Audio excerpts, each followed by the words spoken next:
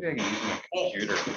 Okay, so this is not going to be just like how to read a head CT. We're going to go like a little bit more on what I think every non-neurointerventionalist or non-neurointensivist, non-neuroradiologist like needs to know about neuroimaging and how we can sort of use neuroimaging as a biomarker to tell us like what's actually going on.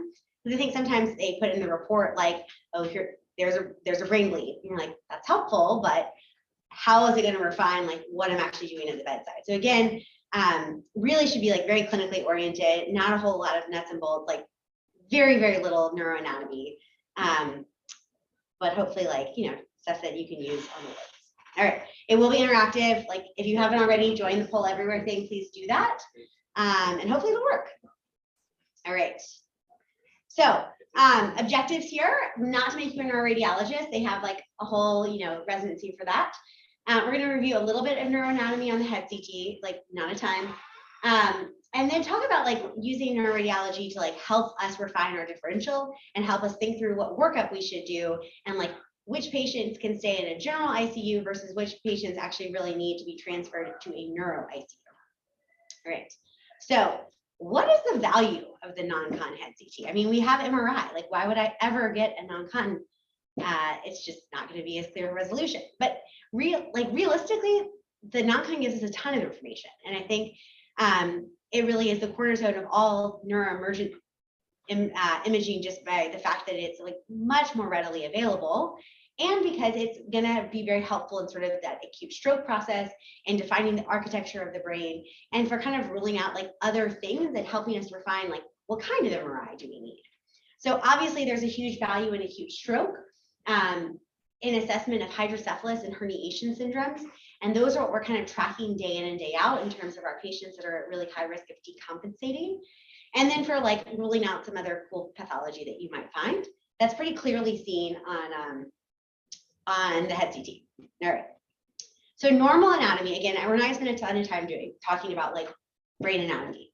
But when you're scrolling up from the bottom of the head CT and you're scrolling to the top, what you really should be looking for is that you have a nice amount of like cisternal compartments around the brainstem. So starting here, we see that we're kind of at the body of the pons here, for those of you who are not in the room. So you have the pons here, and then we have this nice pre-pontine cistern. It's well open. There's like a lot of black space around there. You can see the fourth is nice and open. There's not compression there. We see the two hemispheres of the cerebellum.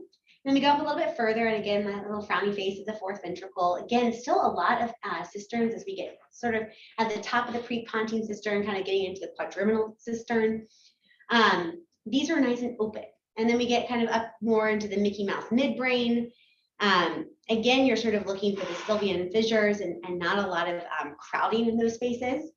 And then quadriminal cistern and like looking for the two lateral ventricles. These are pretty small ventricles, like within the realm of normal for a young person.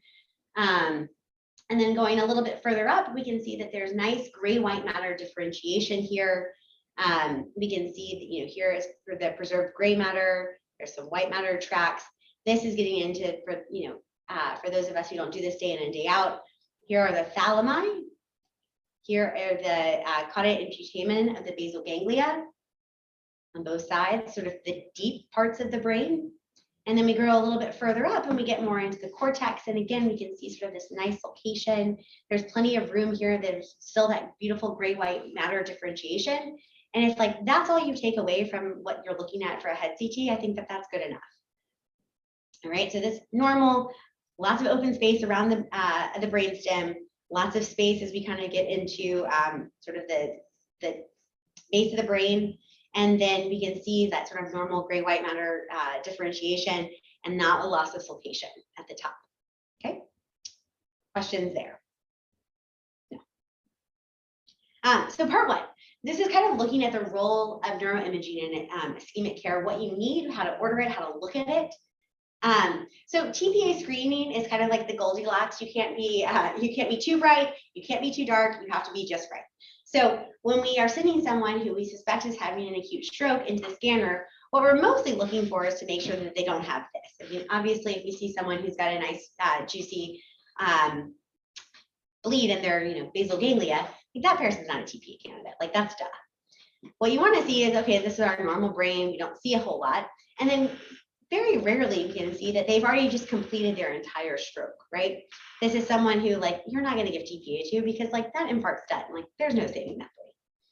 So those are kind of like the obvious things that we're looking for when we send someone to the scanner for like an acute stroke case. But there's a lot of like sort of advanced things that we can find just with a regular non-con. So here's what's called a hyperdense MCA. You can see that there's like this sort of white area here that I've highlighted for you. That's the blood clot sitting in the MCA. Like that gives you a big hint that this person has a large vessel occlusion, right? That's easy enough to see. You don't even need a CTA for that. And sometimes, you know, if we're at we're triaging from smaller hospitals where it's going to be a delay to get the CTA, or if the patient, you know, for whatever reason is having difficulty getting vessel access, this can be enough for us to say like, that's an LVO, we need to transfer that patient. And then you'll also find some other like mimickers if this is not a stroke, but this is a patient who's coming in for focal neurologic deficits, probably due to a tumor with some vasogenic edema. So again, just a non-con head CT provides a lot of information about like what's going on in the patient's brain. And then we talk about this aspects, and we talked about this a little bit when David and I did that sort of like ENLS 101. Calculating it is going to be less important for people who are not reading the scans, but knowing what it is, I think is really important for everyone who's an intensivist. So the aspect score is a score of 0 to 10, where 10 means that the entire MCA territory still has that preserved gray-white matter differentiation, where 0 means everything in the MCA territory is totally infarcted. And we calculate this just based on these areas, the caudate lenticulate, the internal capsule, the insula, and then M1 through M6. Anything that has early ischemic changes gets a point subtracted. Again, the scan has to be windowed in a certain way to kind of see like those fuzzy early ischemic changes. We're not going to go through how to do that, but that's like, but understanding what someone means when they say, oh, our patient came in, they have an aspect of 7. That means they got 3 points deducted for some early ischemic changes. That means by the time they got to the scanner, they'd already had some damage from that stroke. But aspects of 7, like there's a lot of territory left to save. Like that's someone who can be like really excellently triaged to thrombectomy and have a really good outcome. It used to be that 6 was sort of the cutoff. Like if you had an aspect score of 6 or greater, then you got to be included for thrombectomy. At the ISC meeting a couple weeks ago, there was the first randomized controlled trial that looked at people with lower aspect scores. So for the 3 to 5, so you know, an aspect score of 3, like a lot of damage has already been done. Answering the question of like, for those patients who've already had a lot of ischemic damage done, is there a role for thrombectomy to improve outcomes? And in that first randomized controlled trial, it definitely looked like improved outcomes. They were able to show that they shifted the modified Rankin scale at 90-day outcome, which is fantastic. I mean, that study has to be validated, it has to be like reproduced. And so there are ongoing trials here in the States. That was done in Japan. But all of that to say is, you know, keep your ears out that like, it is not an aspects of 6 anymore. It's probably that there's going to be some like, yeah, we'll take people that are aspects of 4 and 5. It really matters because if someone's in aspects of 6 at the triaging hospital, by the time they get to the thrombectomy suite, if they're being transferred from like South Georgia, like they're not going to be in aspects of 6 anymore. But I think this gives us credibility to say like, we don't need to go and repeat the scan as soon as they get there. Even if they've dropped to an aspects of 3, there's probably still good that we can do with thrombectomizing those patients. Questions on this? I'll just to say that this is, you know, a score. So this gets made a lot easier with like CTP. So CTP is kind of like aspects made easy. This is CTP, we'll talk about it a little bit, but this is giving you basically a map of what are the areas that already have less than 30% blood flow, meaning that tissue is dead, versus which are the parts of the brain where the time it's taking blood to get to that area is delayed. That's the penumbra, and that's the tissue left to save. So in this map, the purple stuff is all of the tissue that's already infarcted. The green stuff is what's left to be saved. So there's a favorable mismatch, right? The green is much bigger than the purple. And so those are, again, this is just like another way of doing the aspect score, but it's like color coded now, and it makes it a lot easier than us trying to window on a grayscale CT scan to say like, was it an aspect of 8 or is it aspect of 7? Like, this is a little bit more concrete because it gives us a number, right? So how are those like calculated? Like, what is the CT perfusion actually doing? So what it's doing is comparing the cerebral blood volume, cerebral blood flow, and the mean transit time in various areas of the brain to kind of create like a heat map to show the tissue that's already dead versus the tissue that can still be saved. And so what this used to look like, and again, we don't get these images anymore in PACS, but when I was a resident, and I think at Grady you can still get these sort of color-coded heat maps, is you're going to look for cerebral blood volume. This is a tissue that's already infarcted. This is someone who got a perfusion scan well after they had already infarcted most of their MCA territory and then gone for a decompressive hemicraniectomy, which is why their brain looks a little jacked up. But you can see here, the cerebral blood volume is probably like about the same on both sides. I mean, the tissue that's dead has just kind of sunk blood into it, and that volume stays the same. Versus the active areas of flow, like basically this whole tissue is not getting cerebral blood flow anymore, right? Like nothing's going there because it's not perfused. And then you can see the mean transit time is extremely long. Like this territory is like, to get blood there is taking forever because no blood's going there. So again, you can just see that in tissue that has already died, cerebral blood flow is very low. The mean transit time is very long. Contrast that to someone who has a penumbra, right? So the cerebral blood volume might actually be a little bit higher because of vasodilation. Cerebral blood flow is preserved. Maybe it's a little down, like we can kind of imagine that there's a little bit less red on this side than on this side, like a little bit down. But we can see for sure, like it's no mystery that the mean transit time here is much longer, right? Pretty clear. And again, this is the tissue that's left to save versus before, that tissue is already jacked up, it's already dead.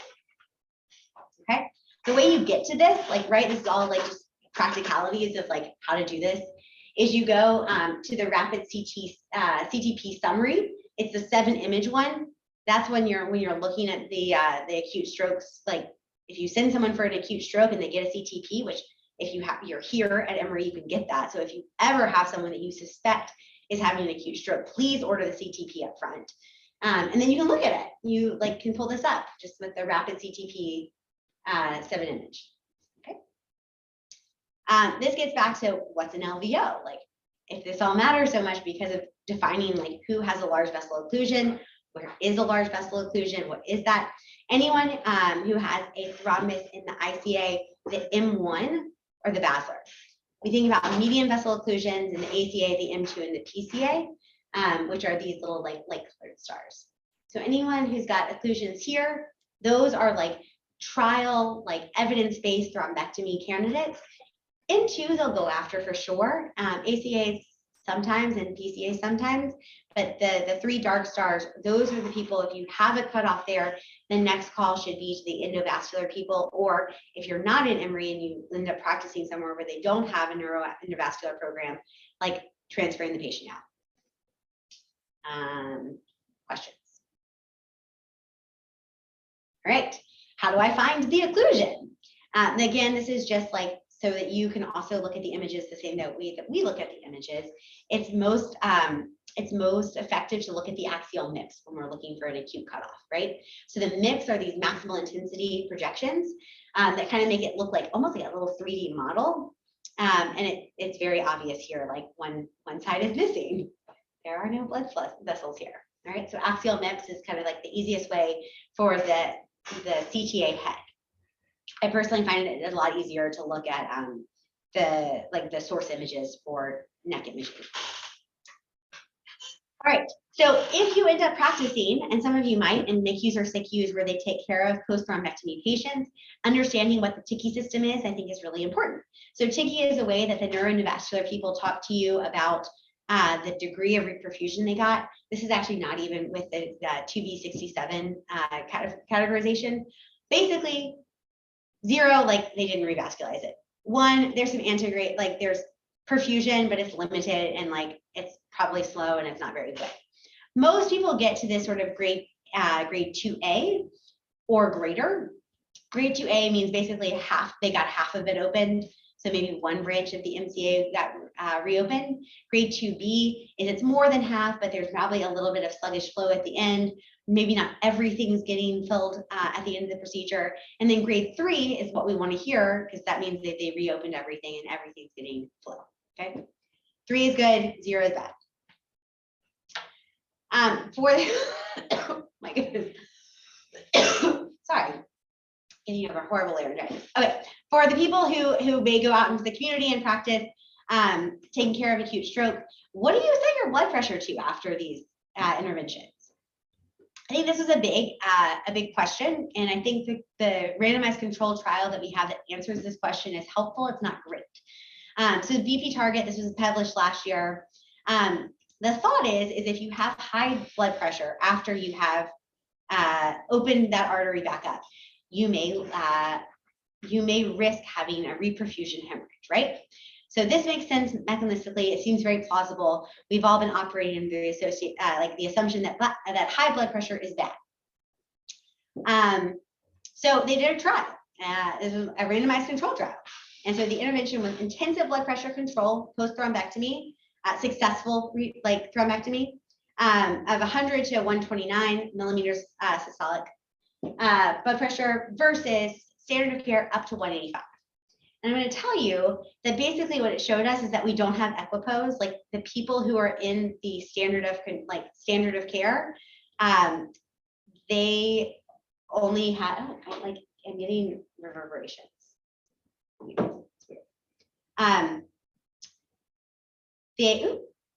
They only were allowed to auto-regulate up to 138. So like, yes, this was a randomized controlled trial. It showed no difference between like 130, the standard of care, and 128, which was the intensive. But like, basically it just told us that there's not equipoise, and like people who were randomized to the control arm did not feel comfortable letting them auto-regulate up to 185.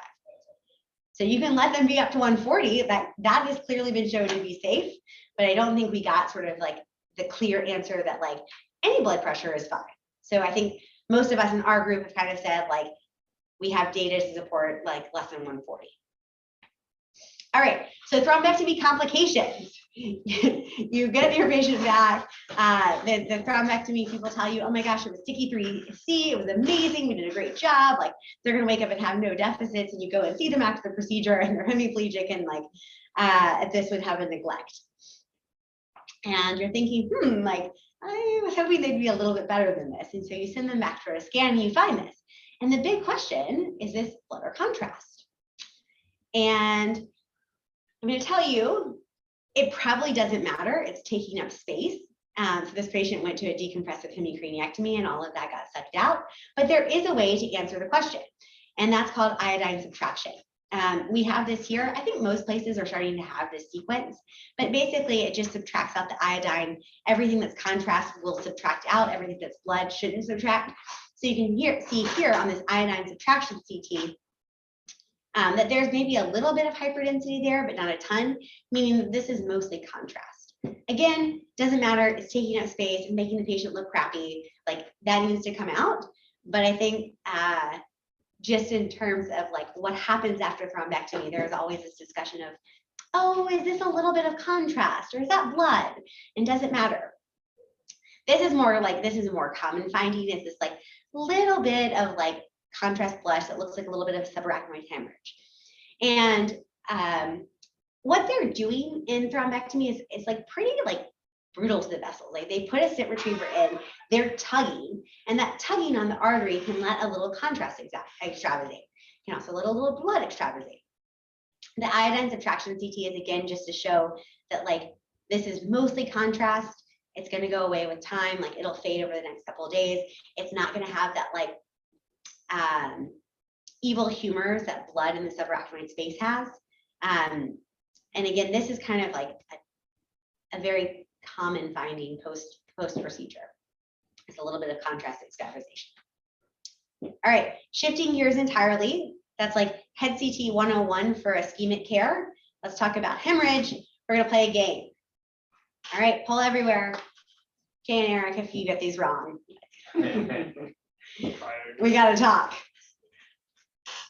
For everyone else. Oh, it's not gonna show you. This is so annoying that Poll Everywhere does this. It shows me, but not you. That's okay, I'll tell you what the answers are.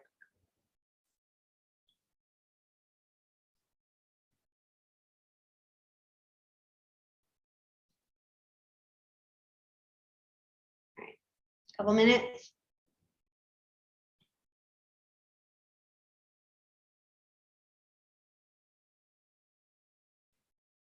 All right, so 86% of people said hypertension B. A couple of people thought aneurysm rupture. This is hypertension. If you see a basal ganglia bleed, like just this is caused by high blood pressure. This is a thalamic bleed. It's going into the third ventricle. That causes problems because CSF goes from the lateral ventricles to the third ventricles to the fourth ventricles. If you put a bunch of stuff in the third ventricles, that stuff doesn't flow from the lateral ventricles. It gets stuck up there, and that can cause some hydrocephalus and some problems. This is a hypertensive hemorrhage. Like, I don't send these people for MRI anymore. I do a very little diagnostic workup for them. Like, this is just cut and dry. The only time that I might get like pause is if this is a really young person or someone who clearly has no risk factors for hypertension. And then sure, I'll go look for an AVM. All right, next.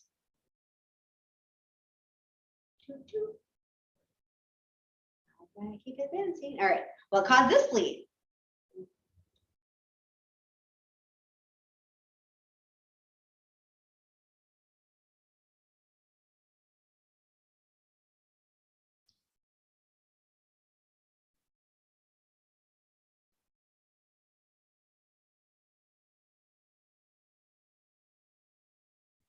Okay, couple more minutes.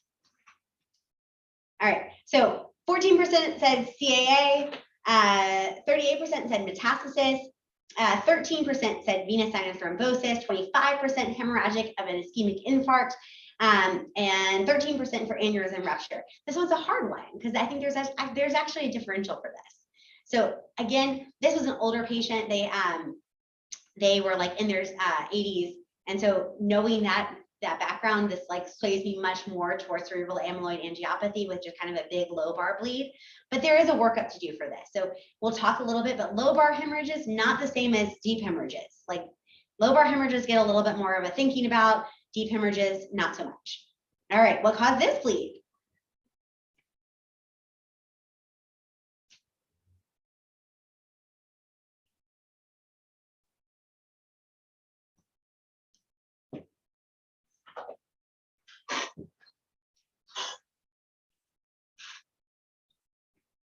People are slow on this one.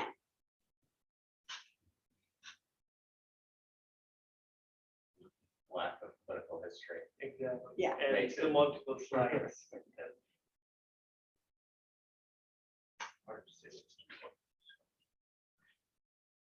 All right, so 14% of people said CAA, 14% of people said venous sinus thrombosis. A nice third said that this was hemorrhagic conversion of an ischemic infarct, and 43% said aneurysm rupture. This too is a differential, but this one is an aneurysm rupture. And the reason I put this up here is because this doesn't look like the subarachnoid hemorrhage that we think about, right? This is a tricky one. And I want to specifically highlight it for you because like this is sort of a distal M2 or an M2 bifurcation, or maybe even a little bit later, like not your typical circle of Willis aneurysm that's going to cause that nice like star of death in the cisterns. This still should trigger, like if you, especially for all of my like non-neurointensivists watching this, if you get a scan that looks like this, please get a CTA. Please think about transferring this patient. This Sylvian Fisher bleed is kind of like the sneaky aneurysm, okay? All right, what caused this bleed?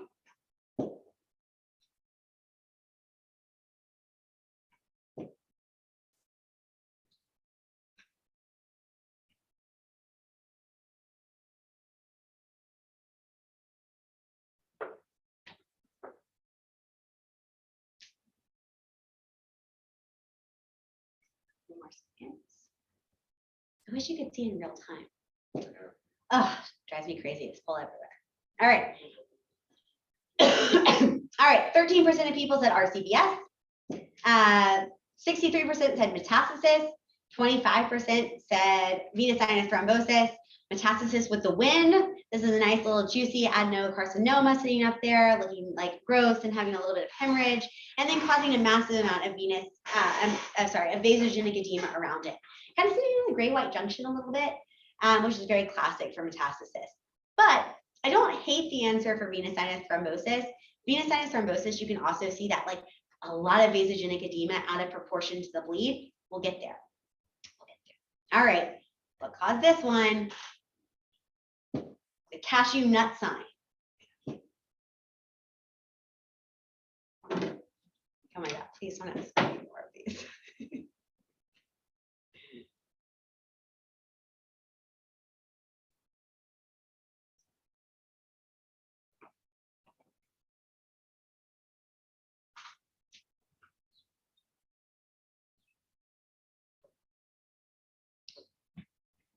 All right, so 29% of people with RCBS, 57% of people with VST, and 14% of hemorrhagic conversion of ischemic infarct. This little cashew nut sign is a venous sinus thrombosis.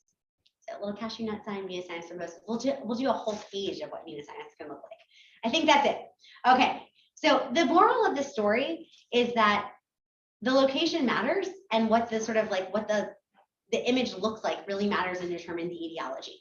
This sort of dark stuff here, like what I've highlighted in the middle, this is called the deep matter of the brain. Anything that's a deep hemorrhage, like I really don't think too much about. Like that's just going to be hypertension unless the patient has like really no history of hypertension. The lobar or cortical bleed is where actually things get interesting. That's where I think most of us spend a lot more time trying to do a diagnostic workup and determining, does this person have CAA?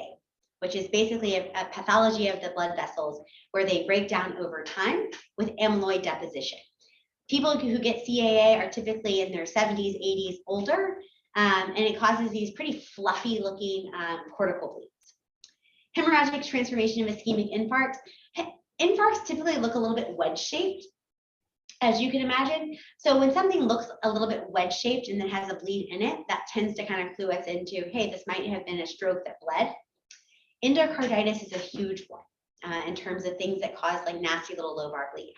And then venous sinus thrombosis being the second cause of bleeds in the cortex. Sylvian Fisher, I just want you to all, like, if you take away nothing else, take away Sylvian Fisher bleed, I should look for an aneurysm. And then great white junction is just nuts. Again, so location matters when we think about what's causing the hemorrhage. All right, deep lobar cerebellar brainstem. There's kind of your differential. Vascular malformations can happen in any of these. So AVMs and like are on the table for all of this. Calf mals can also happen anywhere. Those we don't include in the thing because like they can happen anywhere. Okay. All right. So this is the last one that we saw, or this was the last thing that we looked at. This is a venous sinus thrombosis, that little cashew nut sign. But venous sinus thrombosis can have like a range of presentations. And the big things are is they're normally at the cortex or somewhere abutting the venous sinuses. And they have this nice vasogenic edema that's out of proportion like to what the blood is. And typically the blood almost looks like a bear claw reaching in. So you can hear it described as like a garlic clove or bear claw, but it causes like blood that's coming out from the cortex in. And the reason for that is because of the pathophysiology, right? So when you have a venous sinus thrombosis or cortical vein thrombosis, basically you're preventing the efflux of like the veins are congested, so nothing's going out anymore, and the pressure starts to backfill because of that, like that the congestion there. That congestion causes swelling, and that swelling eventually causes like tissue breakdown and ischemia, and then ischemia then is like being pounded with arterial blood, and that kind of hemorrhages, right? So you're basically seeing that, like the way this looks on the CT tells us a lot about the pathophysiology. All right. Here's another one where it sort of looks like a claw coming in from the side, lots of vasogenic edema. Here's an MRV of a patient, and you can see that this really should be a nice, lovely, pacifying sinus, and there's just nothing there. So this was a guy who had like all of his venous sinuses were totally infarcted. which is really quite bad. It leads to increased intracranial pressure and a lot of downstream badness. All right. Everyone's old and has this. What is this?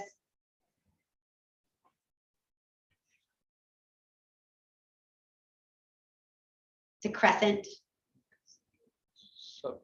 Subdural, yes, this is a subdural hematoma.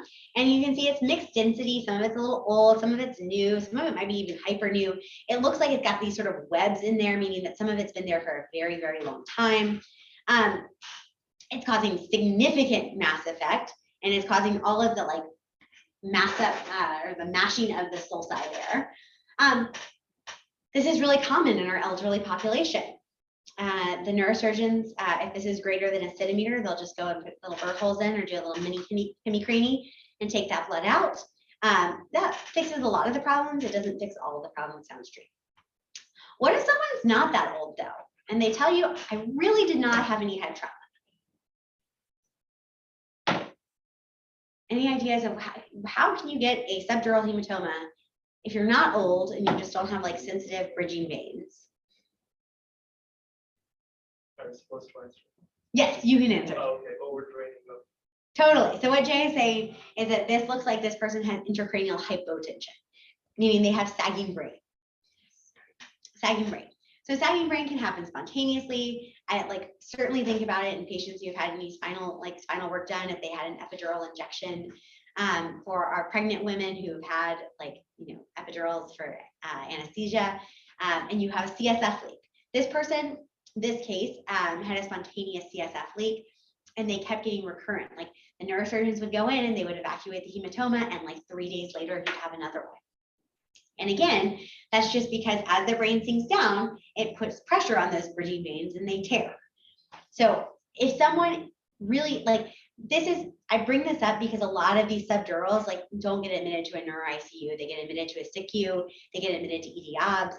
And for the most part, they're old people who bump their head or are on anticoagulation. But if they are not that person, take the time to take a detailed history. The other things that can cause this, other than just I have a CSF leak and that's random, coagulopathy. So I found a couple of patients, Anita and I had one not all that recently, who had factor VII deficiency. So I think it's worth for those people who have spontaneous subdural hemorrhages to kind of take a look at their coagulation profile with the GIC and factors. And then vascular malformations, very rarely can cause these subdural hematomas. So again, if this is a young person, they say they didn't bump their head, go looking for a source, think about an angio. If it doesn't feel like a straightforward case, it probably isn't. All right, we're gonna play another game. So the scan says subarachnoid. So aneurysm, right? Transfer that patient. I think nothing causes more anxiety in the emergency medicine community than subarachnoid hemorrhage. I feel like when we're ever on triage at night, it's like this urgent call of, oh my God, subarach, and my phone lights up and I'm like, thank God we can take someone who's really interesting, I can't wait. And then I call and it's there's this left cortex subarachnoid hemorrhage. So less excited. So let's go through what all the different subarach types are and when you should be worried and when you can kind of go on living your life.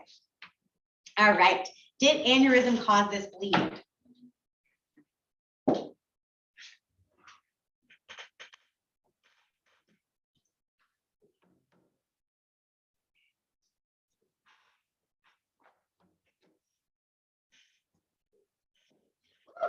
50-50, a little bit more. Now we're leaning a little bit more yes. This is an aneurysmal bleed. I started out nice. This is just a straightforward classic aneurysmal pattern bleed. Remember how when we looked at normal anatomy, how the Sylvian fissure, not the Sylvian fissure, the prepontine cistern, the quadrivial cistern were all nice and black. Now they're all filled up with white. It looks very bad. This is just classic aneurysmal pattern. All right. Did aneurysm cause this bleed? It looks just the same.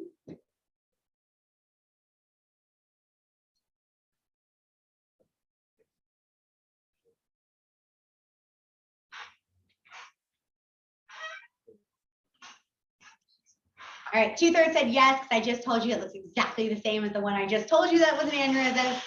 29% thought no, because I must be throwing you a curveball if I'm asking you again. And of course I'm throwing you a curveball. This is what's called diffuse pattern subarachnoid hemorrhage. You should assume that this is an aneurysm. This is someone who got here because we thought it was an aneurysm, because we're going to treat them like they had an aneurysm, and we angioed them and we couldn't find it. And that happens like not uncommonly, or it is not common. It happens not rarely, where someone has like this diffuse looking pattern, and we angio them, we don't find it. And so that's now being abbreviated in our little system as D subarachnoid diffuse pattern angionegative. These people have a middle of the road course. Ferris Akbit just put together a paper looking at all of our Emory data. These people, they don't go into spasm as much. They don't have as much complications with hydrocephalus. They tend to do pretty okay. Not quite as good as people who have another different pattern, which we'll get to, and not quite as bad as people who have like the real full Monty aneurysmal subarachnoid, like aneurysm proven subarachnoid hemorrhage. So what about this one?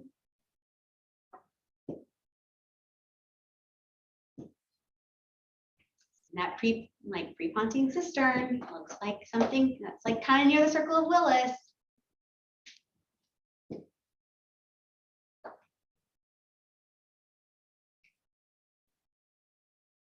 All right, 57%, 50-50. We're at 50-50. I think that's a good place to be.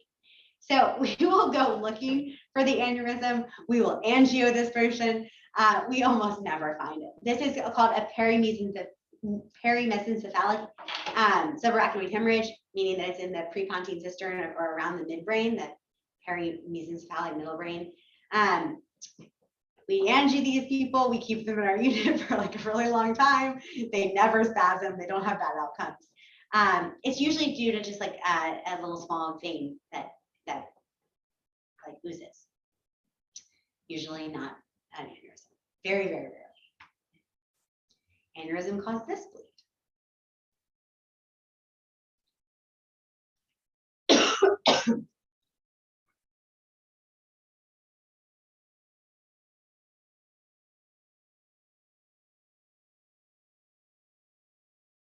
All right, most people say no, 80% said no.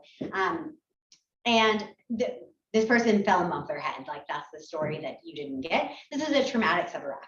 So, and the way that you kind of see that is that there is a little bit more edema kind of here, like overlying the skull. And like this would be like history really matters. It's not also thick in the Sylvian blood clot. Like remember we looked at that other one and it was kind of like this like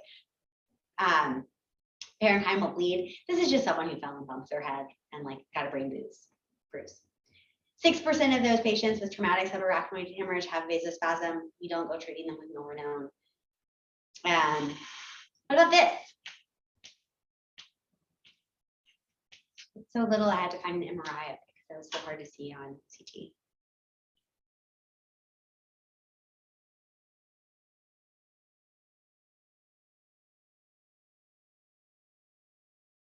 Overwhelming no, 86%. That is correct. Like this is someone who's got a cortical subarach. There's a differential for that. The differential is not scary things or like things that are kind of bad, but actually that's not true. It can be very scary things, but it's not aneurysm that's going to rupture and kill people. The big thing here is either RCVS or patients with cerebral amyloid angiopathy. So if this is an old person, like little old people who like came in and they're having to spell, they just didn't seem right. They were aphasic for a little bit. And then you scan them and you find a cortical subarachnoid hemorrhage. That's just their amyloid kind of oozing at the periphery of the brain. And then RCVS is another big thing that likes to cause cortical subarachnoid hemorrhage. Last but not least, aneurysm.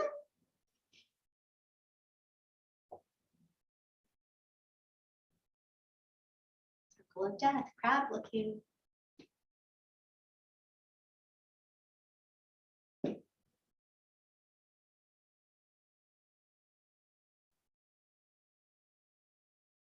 Most people think yes, 63% think yes. This is actually called pseudo-subarach. This is someone who's got an infarcted brain. So this is someone who unfortunately has hypoxic ischemic encephalopathy. You can see that they've like totally like just totally gorks their gray white matter differentiation, and their brain has swollen so much that they're putting pressure on the falx and other sort of like membranes at the base of the brain, and that pressure and that like lack of normal architecture causes the falx to look a lot brighter than it would normally. And so the radiologists love to call this and be like, might be an aneurysm. No, this is not an aneurysm. This is just someone that like has an hypoxic brain. We transfer these medications. All right, cortical subarachnoid hemorrhage differential diagnosis. Think about venous sinus thrombosis. Think about endocarditis. Think about RCBS. Think about trauma. Think about CAA. Think about press. You can screenshot this for like every time you get this, because most of these people do not need to be in a neuro ICU. This is like not all that exciting. A neurologist consulting can help you with this patient. What is RCBS and how do I manage this? So how to manage cortical subarachnoid. I think very rarely will they need an angiogram, but I think it's reasonable to get a CTA. You can get some fancy neuroimaging with MRI to kind of look for like the other stigmata of CAA. If they like ask them, have you had recurrent thunderclap headaches? If yes, that's like pathognomonic for RCBS. Check for coagulation abnormalities because a lot of these people are just like coagulopathic. Go looking for this, like very nasty looking toes and feet. Endocarditis can do all sorts of things in the brain. It can do this, which is like that little nice cortical subarachnoid hemorrhage. It can cause big clots. This is actually an aneurysm that ruptured, and a nice little like Sylvian Fisher aneurysm. Mycotic aneurysms from endocarditis in the brain, they tend to be distal. They tend to be kind of small. It's very hard for them to intervene on those with interventional techniques. It can cause strokes. It can cause abscesses. There's that little tiny aneurysm right there. Oh my gosh, it's so small. And then this is all due to this valvular vegetation sitting down there. So whenever I see someone with cortical subarachnoid hemorrhage or just kind of unexplained findings in the brain, I just tend to think like, we should go look at their heart. And you should too. RCBS, what is RCBS? So this is reversible cerebral vasoconstriction syndrome. It's triggered by all sorts of things. I mean, you can find case reports of it being caused by licorice, taking a hot shower, but it's basically most commonly triggered by medications that are vasoreactive. People squirting Afrin up their nose or using cold medications. The clinical definition of this is it's recurrent thunderclap headaches. It causes this vasoconstriction in the brain, which you can see here is sort of this like wispy, getting bigger, getting smaller, small little like beating of the vessels, and then it can cause cortical subarachnoid as well. All right, pseudohemorrhage. This is one of the few images that's not from my personal library. It's from Radiopedia. Again, that's just the brain is sick. All right, final words about like vascular things in neuroimaging. Beware the isolated IVH. This is another one of those things that I would transfer, like A, because they're going to need a drain to be put in, but B, because those like isolated intraventricular hemorrhages are very commonly caused by vascular malformations. They deserve a word. Oh my gosh, we only have 10 minutes left. So much stuff. Okay, we're going to do this really quick. Part 3, CT and architecture, hydrocephalus and herniation. I think this is the money for people who are not in the neuro ICU. This is like what we tell you we're going to talk about on rounds, and sometimes we don't get to it. All right, hydrocephalus. Basically, what we're looking for is just enlargement of the ventricles, right? So here's a nice big plump third, the ventricles. You can see this is what we'll say enlargement of the temporal tips, where like the lateral ventricle shouldn't go down that far in the CT scan. If you can start to see it, like right when you get to sort of the upper pons and midbrain, like those are enlarged ventricles. This can be caused by one of two things. Either obstructive hydrocephalus, meaning that there is an occlusion. So remember, CSF drains from the lateral ventricles to the third ventricles, through the cerebral aqueduct to the fourth ventricle. If along the way, any of that flow is disrupted, then you get a buildup of everything above that. So obstructive hydrocephalus is common. This is caused from a tumor that was invading the fourth ventricle. Communicating hydrocephalus can be a little sneakier.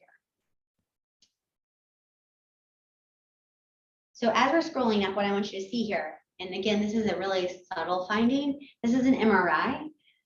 You should not see this like bright outline of the brain. So you can see it here kind of around the midbrain. You can actually even see cranial nerves. Like that's pretty cool. And then sort of this brightness around the fourth ventricle. And you can keep seeing it as we go up, like bright outlining all the way around. And as we get up into the lateral ventricles, you can see that there's this pooling here and around here. This is meningitis. So this is just someone who's got pus in their brain, and that pus is like thick and it like just coats everything around the left meninges. Well, the left meninges and the arachnoid granulations are what absorb CSF. If those get all like schmutzed up with like bacteria, they're not going to absorb this very well. And that can actually like be, I think, one of the deadliest complications of meningitis. And I think to segue into that, who needs a drain in meningitis? I think this is a really common question from like ICU. Like a lot of meningitis does not get managed in the neuro ICU. And I would say anyone who is like has a poor GCS, like GCS 9 or less, like please put a drain in that patient because they probably have communicating hydrocephalus. They are going to herniate. You need a pressure monitor. And I think that's one of the things that like we as a neurointensivists know to do that I don't know that general intensivists think of as readily. Please call the neurosurgeons. There's a question in the world about like, should they get an EVD or should they get a lumbar drain? I would not put a lumbar drain in these people. And the reason for that is I think that if you've got a lot of schmutz in the ventricles, you can get a lot of schmutz in the cerebral aqueduct, right? And then you can create obstructive hydrocephalus. If you have obstructive hydrocephalus, and then you go and drain some things from below, that's going to cause like a pressure differential and can herniate. So I know that there is data for like using lumbar drains in meningitis patients. That idea makes me like so nervous. If you're going to ask neurosurgery to put something in, just ask them to put it in an EVD. This is great not only for just like the fact that then you have like all the CSF sampling that you could ever want, but actually get a pressure monitor as well, and then you can divert the CSF. And I think that that is like what kills people in meningitis is that like they get this horrible communicating hydrocephalus, they herniate, they've got swollen brain, and like they don't get a chance for the antibiotics to actually work. All right. This is not a patient with meningitis, but this was the best picture I could find of like just diffuse edema.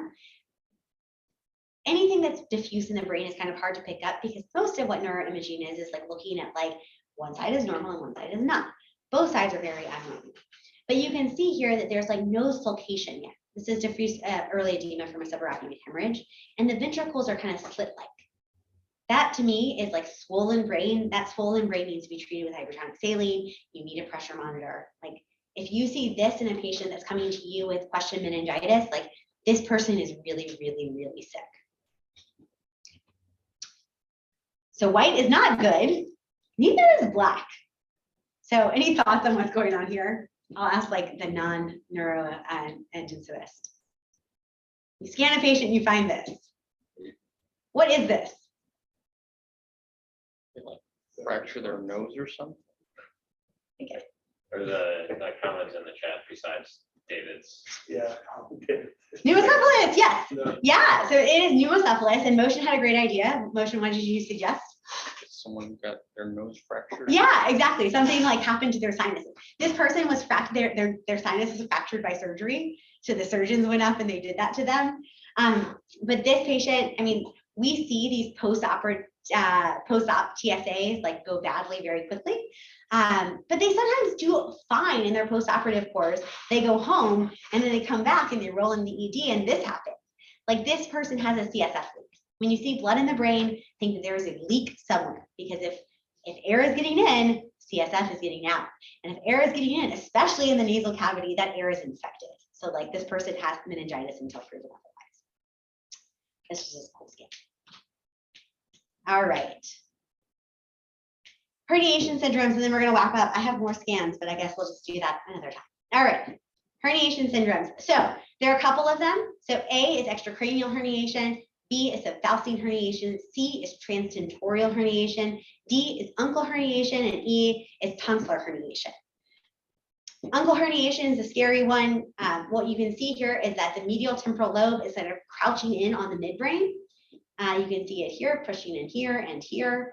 Here you can see it nice, like very well defined on MRI, that this is just like smushing this midbrain, like not nice.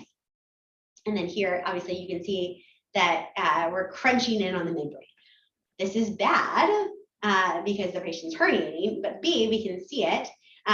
What happens here is here's our midbrain. So you can see that there is the third nerve that's coming right here.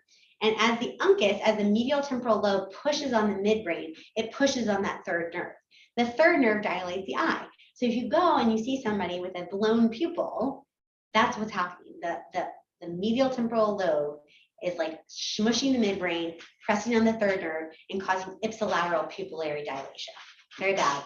Treat that person immediately with hypertonics and think about decompression. Ipsilateral, so uncal herniation, ipsilateral, fixed and dilated pupil. They may also not be able to adduct their eye, but like just worry about pupil. All right. Transtentorial herniation is I think the big one because this is the most subtle one and it's the most common one. All right. So basically, as you get pressure in the brain, especially diffuse global edema, you get like that downward pressure on the brainstem. The brainstem is what like allows our arousal, right? So all of the neurons that control sort of our basic functions are kind of housed in the back of the brainstem. And as those get pressed upon, your patient doesn't wake up very well. And this is hard to see, but what I want you to see here is it's just kind of like all of those nice like black lines around the midbrain, those are gone, right? We don't see any space around here. We don't see any space around the midbrain. We don't see any space around here. And basically the Mickey Mouse becomes like heart-shaped. Mickey Mouse becomes like, you know, here, midbrain here, to like this, not good. And that's just downward pressure. Again, here's like your control, right? Nice little round, like lots of black here, not a lot of black around here. Ultimately, this ends up with coma. This is what will put your patient into diabetes insipidus. Paranoid syndrome, which is basically that the patient can't look up. That's usually an early sign of transitorial herniation, and I think it's a good one that we use at the bedside is like, if the patient has evolving edema and you want to ask them to look up and they can't, that's usually a sign that bad things are to come. All right, so falcine herniation is when one lobe of the brain tries to sneak over below the falx and crush the other side. The reason this is bad is because sitting right here, if you can see my screen, this is where the anterior cerebral artery lives. And so if this starts to like fork over here, it's going to hit that anterior cerebral artery and can cause an ACH stroke on the other side. It can also, as one half of the brain tries to shift over to the other half of the brain, can compress the third ventricle. And again, bad things happen when the third ventricle is compressed because there's no way to get that fluid from the lateral ventricle. So you say, well, why can't the neurosurgeons just put in a drain right here? Good idea or bad idea?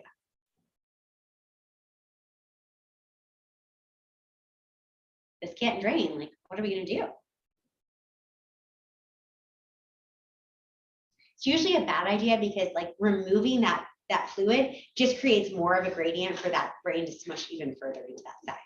And so I've done it, it's a bad idea. Yes, I think we've all been very tempted to just like decompress the ventricle. And then we just end up shifting the brain because it's like a potential space now. Like we move fluid, it seems like it's gonna grate. It's like amazing. And then it actually just makes the picture worse. Unfortunately, the only thing to do is to try to treat this swelling with hypertonics. This patient was already decompressed, so it's just like a matter of time.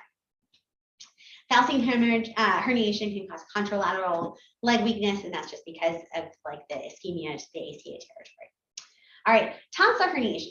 This is not like herniation from like cerebral edema, but just to show that even in Chiari's, like where there is a genetic malformation of like having low-lying tonsillars can cause big problems.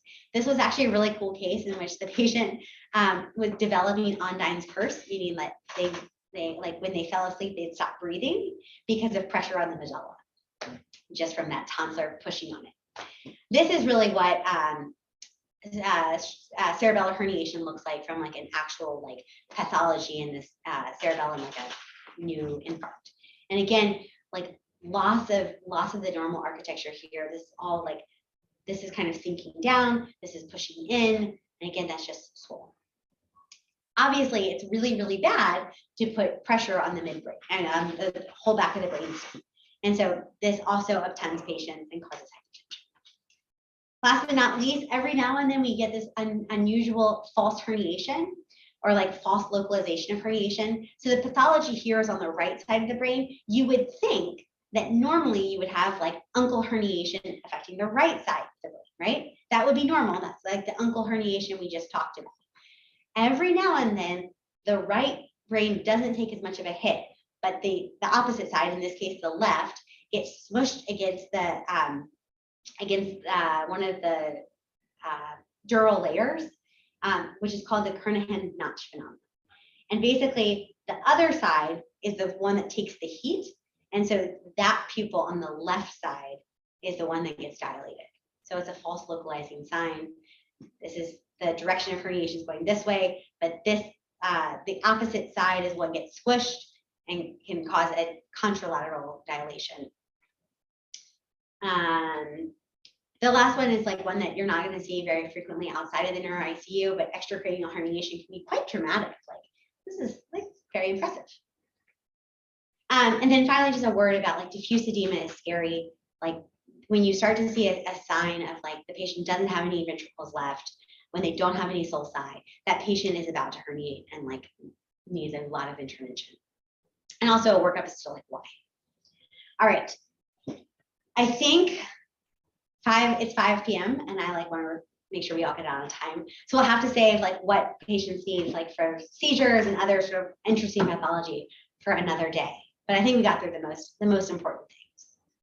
All right. Questions, comments, concerns?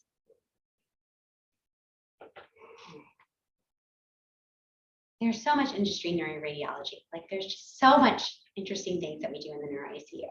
If anyone ever needs a picture of anything that's happened to a brain, Casey has a hoarding this massive amount of neuroimages, which is amazing. So yeah. So if you ever want to say like, what happens when blank, I have about 700 scans and like interesting findings and just like all the cool cases that we could think of. So should you ever be curious, I'm your person. All right, guys. awesome. Thanks, Casey. Appreciate it.